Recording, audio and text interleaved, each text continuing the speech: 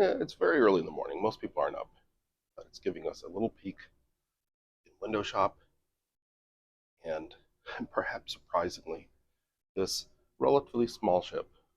Now, let's face it, the ship is smaller than any of the Carnival ships, but so far after our first day or so on board, I've been impressed with what they have to offer.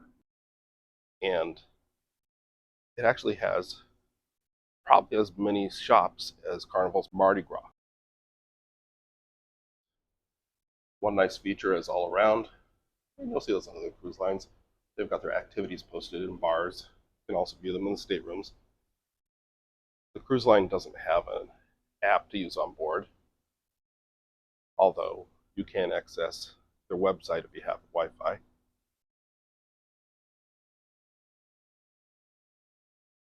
This is deck 9, a nice open area over here by the shops.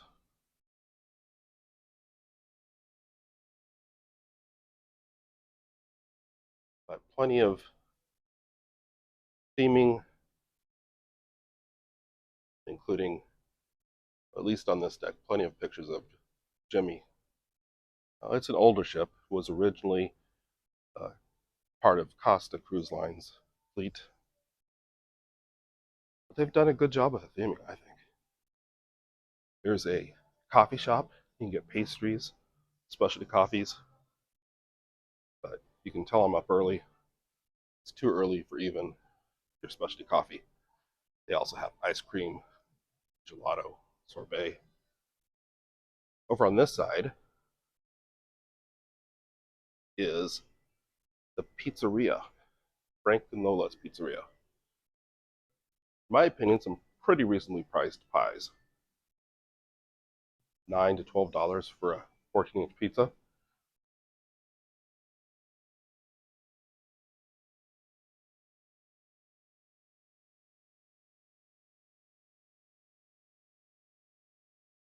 This area becomes a pizzeria when it's open.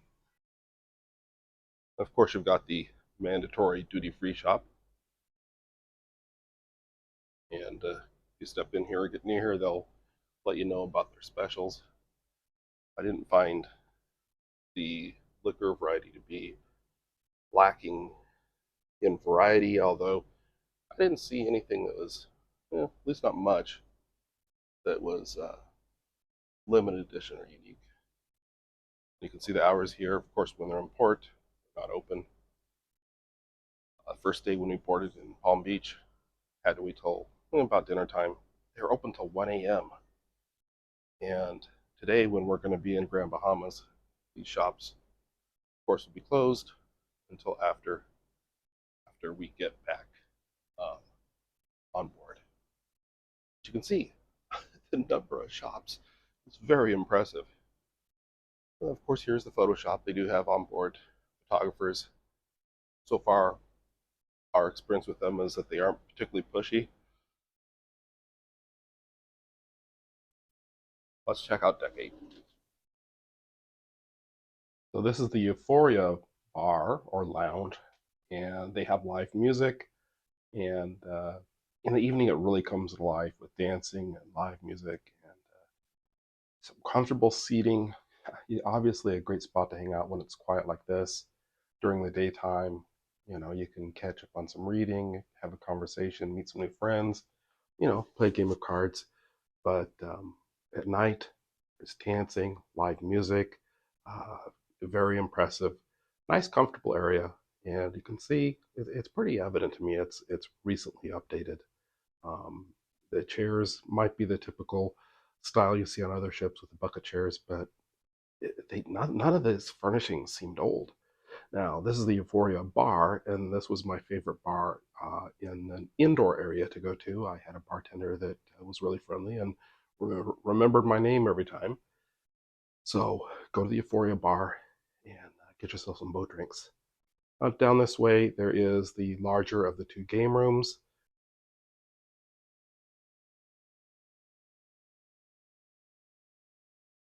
There's another smaller arcade as you go into the casino, but it just basically has prize games. This one actually has some good old school games like Pac-Man, and some games where you sit down and drive, or do some physical feats like getting a basketball through the hoop, or shooting aliens and that kind of stuff. They even had some sparkly cruise ducks. The Plucky Ducky machine had very sparkly ducks, and I forgot I meant to, after I filmed this, to get Joy one of those sparkly ducks. Like a lot of ladies, she likes the sparkly things, and she likes the cruise ducks. So didn't find any cruise ducks sitting around in any of these random places, like near the conference center here. Here's one of the kids' clubs. I closed obviously at this hour, but did see the kids in there, a small number of kids, and they seem to be having fun. And at one point, I saw the kids being taken by the counselors across the ship to, I don't know if they're going to get ice cream or if they're just exploring, but they got out and about. So they took good care of the kids. Um, Crossing back through the Euphoria Lounge. Um, the steps here in the middle with that really bright green staircase goes down to deck 5 where we entered, where you'll see a great big flip-flop appropriate for anybody that's familiar with Jimmy Buffett's music, and particularly the song Margaritaville. Um, didn't see an oversized pop top though. So the ship design is obviously constrained by the size of the ship, and it has some evidence of it being an older ship. But again, freshly themed, freshly painted, new furnishings, even in the stateroom, which we'll do another Cruise Day Fun Adventure video where we'll show you the stateroom. We'll explore that, and we'll explore some other areas of the ship too. Um, it really was an impressive ship. And if you like smaller ships, and you cannot lie, then check out, maybe doing a Margaritaville at Sea cruise. Um, we'll talk more later about the 2-night thing, because I know that's one thing that a lot of people, especially people that don't live near Palm Beach, say that they're not crazy about. That they wish they wouldn't travel to go on a 2-night cruise, but Margaritaville at Sea has a solution for that, and we'll talk about that in an upcoming podcast or vlog. So this is the main dining room. This is the Finn's dining room, and it's always a 2-night cruise. So there's always 2 different dinner menus.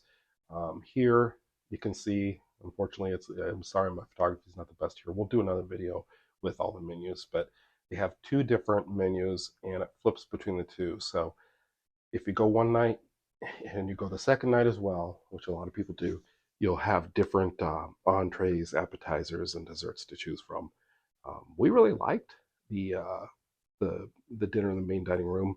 Um, I opted to upgrade to get the 2 lobster tails, and it, I thought it was really good, and the service was really good. Um, I was really impressed with their food overall. The buffet was definitely smaller than what you'd see on the cruise lines, but it had a lot of variety.